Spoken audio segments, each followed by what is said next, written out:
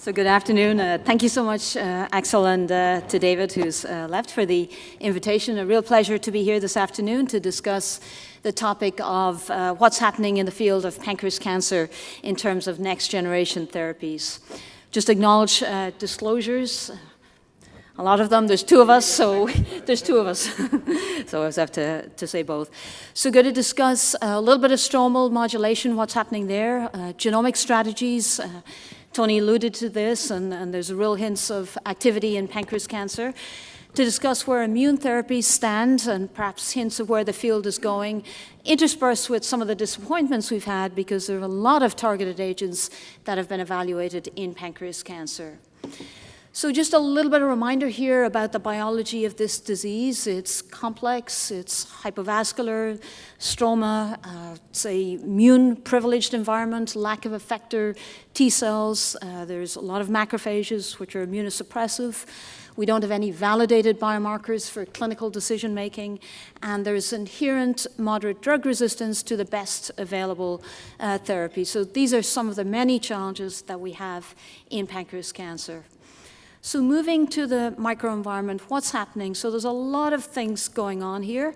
So good old vitamins actually are being extensively evaluated, both vitamin A and vitamin D analogs. There's a lot of preclinical data showing that these can interfere with the immune environment to modulate the stroma, facilitate drug delivery. This is now being translated into clinical work. We've known for some time that CD40 is an immune modulator, also a microenvironment modulator, and there's some data with gemcitabine for that combination, now about to be further evaluated with a gemcitabine nab-paclitaxel backbone. And there's miRNA approaches that are in the clinic now for pancreas cancer, which is very interesting. But the big signal is probably with pegylated PH20 thus far.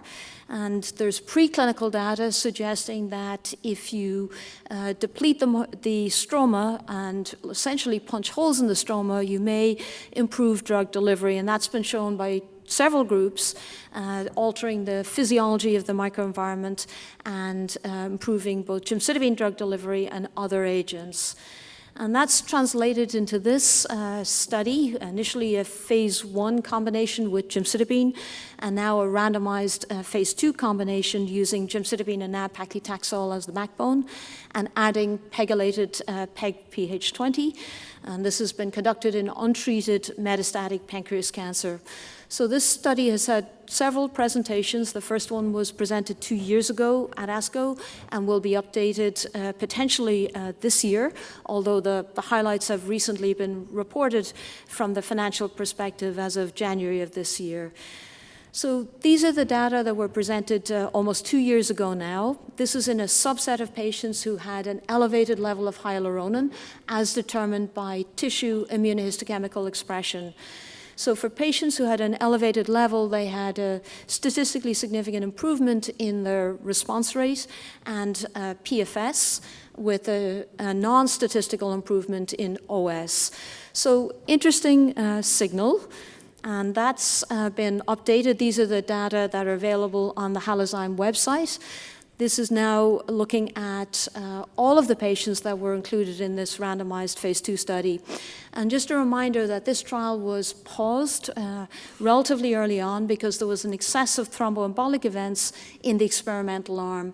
And that resulted in an FDA hold and the institution of low molecular weight prophylaxis, initially at a prophylactic dose and then subsequently at a therapeutic dose. And the bottom line is that that appeared to mitigate the excess thrombotic risk for the most part, back to what one would expect in this population, which is anywhere from 8 to 10% plus minus.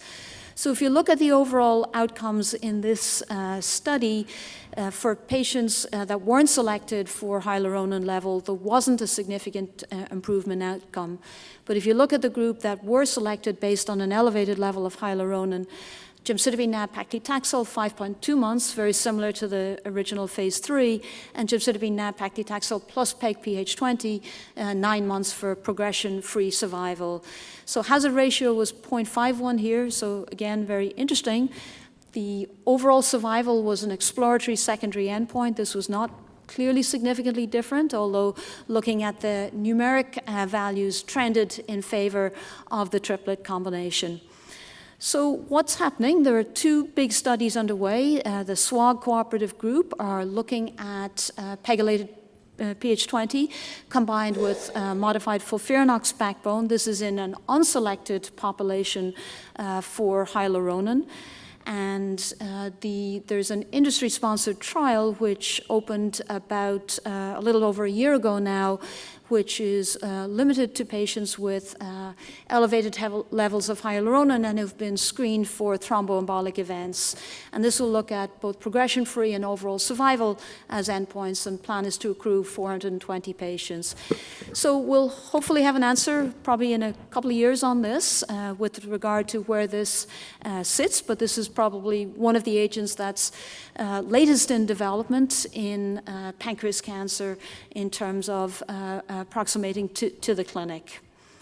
So moving now to a different topic, the one of genetic subsets of people with pancreas cancer. And just a reminder that anywhere from 10 to 15%, and perhaps even higher, and I'll show you just a quick synopsis of some data in a few minutes, of people with pancreas cancer may have an underlying genetic predisposition to this disease. This is strongly driven by BRCA1 and BRCA2, which probably accounts for about half of that germline predisposition. But other subgroups of patients include patients with HMPCC, a small group of patients with PALB2, hereditary pancreatitis, Poitz-Jaeger, that's all pretty rare, but those latter two confer a very high risk over a lifetime of developing pancreas cancer. So focusing in on BRCA accounts for about 5 to 7% of patients unselected with pancreas cancer. In patients with Ashkenazi heritage and pancreas cancer, about 15% of people will have an underlying BRCA mutation, and other subgroups are familial pancreas cancer and families where there are breast and ovary cancer sort of enriched for finding a germline BRCA mutation. So we've heard a lot in the discussion regarding FOLFIRINOX and regarding gemcitabine and nab-paclitaxel, and they clearly have moved the bar in pancreas cancer. Nonetheless, for most patients, survival remains less than a year, and we have much work to do. And looking at one of the papers from a number of years ago, you'll see the many signaling pathways that are evident for intervention in this disease, and one of the big ones is DNA repair strategies. So it's a clear therapeutic opportunity in this disease. This is from the Waddell paper a couple of years ago, looking at the genetic landscape of pancreas cancer. And each vertical line, and I realize this is hard to see, represents an individual patient. So if you look at the top rows, you'll see that there's a clustering of genes that are frequently changed. So KRAS, P53, SMAD4, and CDKN2 are the big positive ones. But if you look down on, I think your right there, you'll see there's a clustering of genes in the DNA repair group and in this unstable subtype of pancreas cancer that may represent groups of people that are more likely to benefit from platinum-based strategies. So what's the concept behind this? It's the one of synthetic lethality. So normal cells can repair impacts or insults via homologous repair. That's an efficient process and leads to genomic stability. But BRCA deficient cells have an inability to conduct effective homologous repair, and they use alternative pathways which are ineffective, lead to genomic instability and cell death. And that's the concept where those cells are selectively benefited by that approach because they can't repair the impacts from that treatment. So our group looked at combining Veliparib to Cisplatin and Gemcitabine in two groups of people, people with a germline deficiency and patients who were ultimately wild type for BRCA. And basically we showed that you could give a PARP inhibitor along with platinum-based therapy.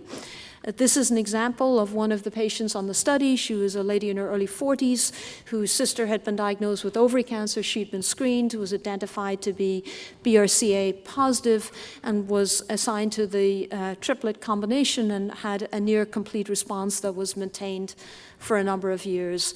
And that's certainly something we can see with other regimens, but the hint is there that the platinum is significant.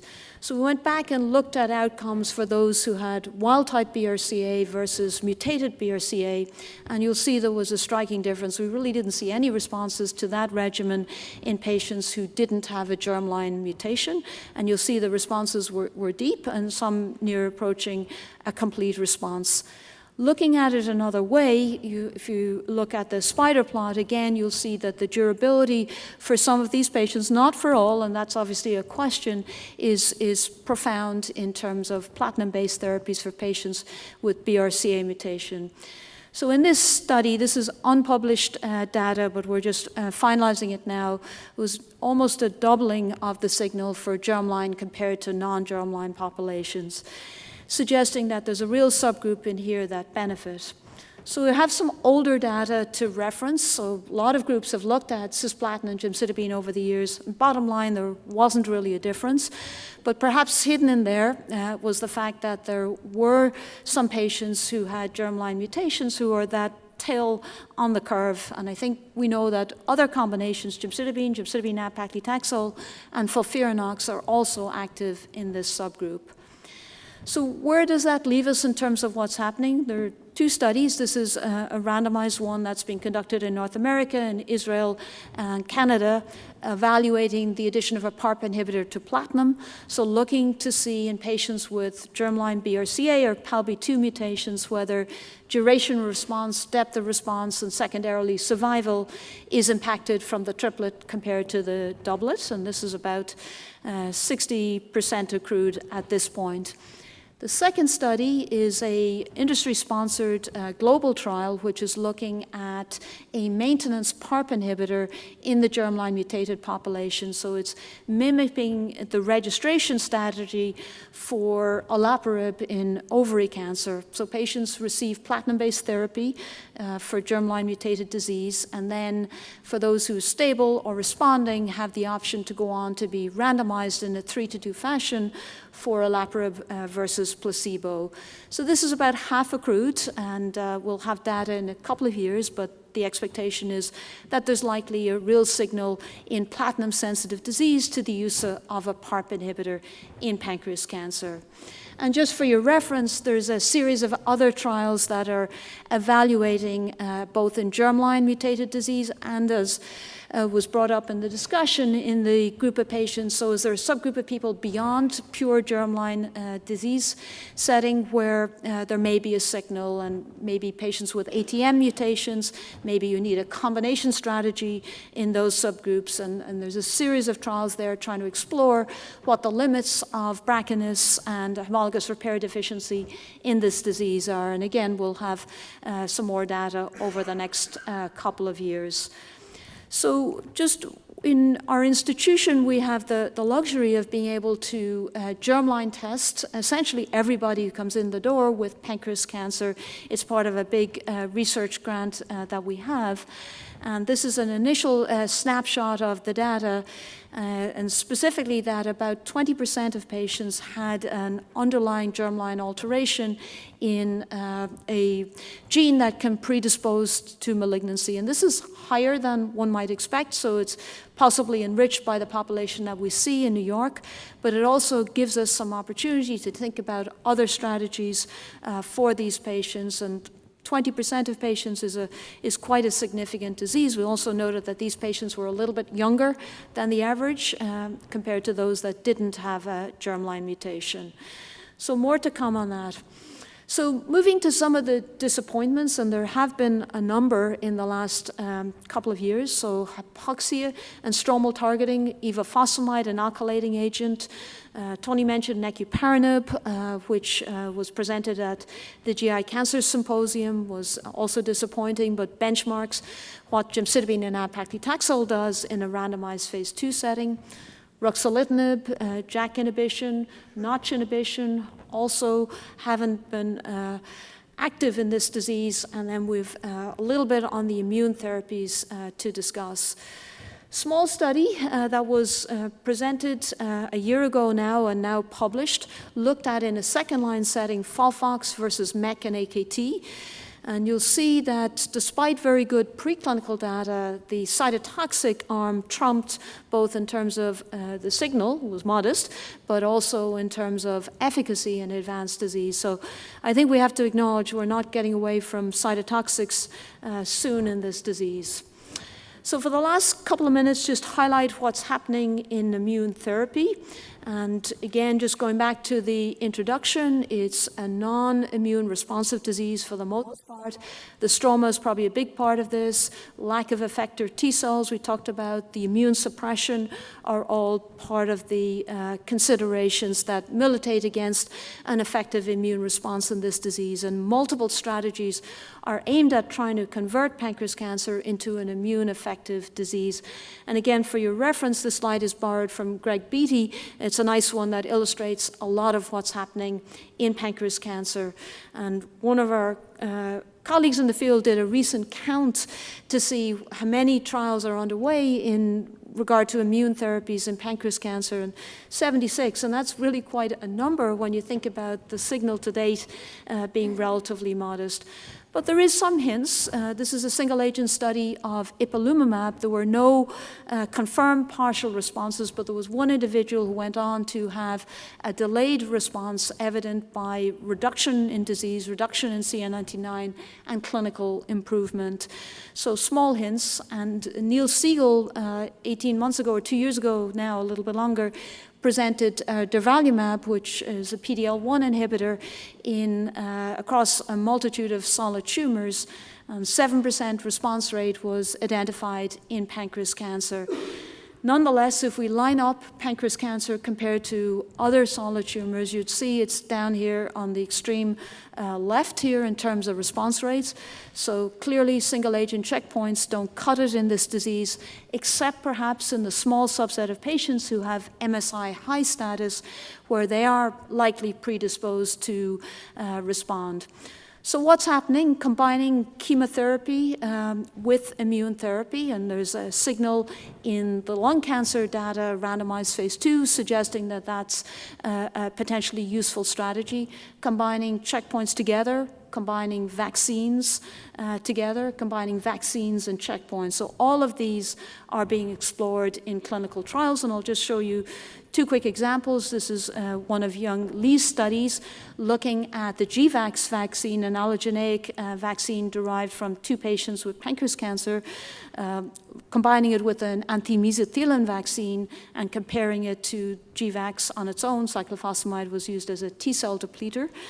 This was actually reported as a positive study. There was a signal of interest that was compelling for the triplet combination. And this went on then in a randomized phase II, positioned in a second and in a third line. The study was actually designed to evaluate the signal primarily in the third line setting. So looking at that arm that was positive in the initial study, looking at the mesothelin vaccine alone, CRS-207, and combining it with chemotherapy. And there were a couple of observations from this study, but one, there was a lot of patients actually withdrew from that third arm because they all wanted to be part of the immune therapy choices. The results were a little bit sobering in that there wasn't the same signal that was observed in the previous randomized phase II, and chemotherapy kind of held its own, even though it was a variety of single-agent choices, which almost all the patients had previously been exposed to.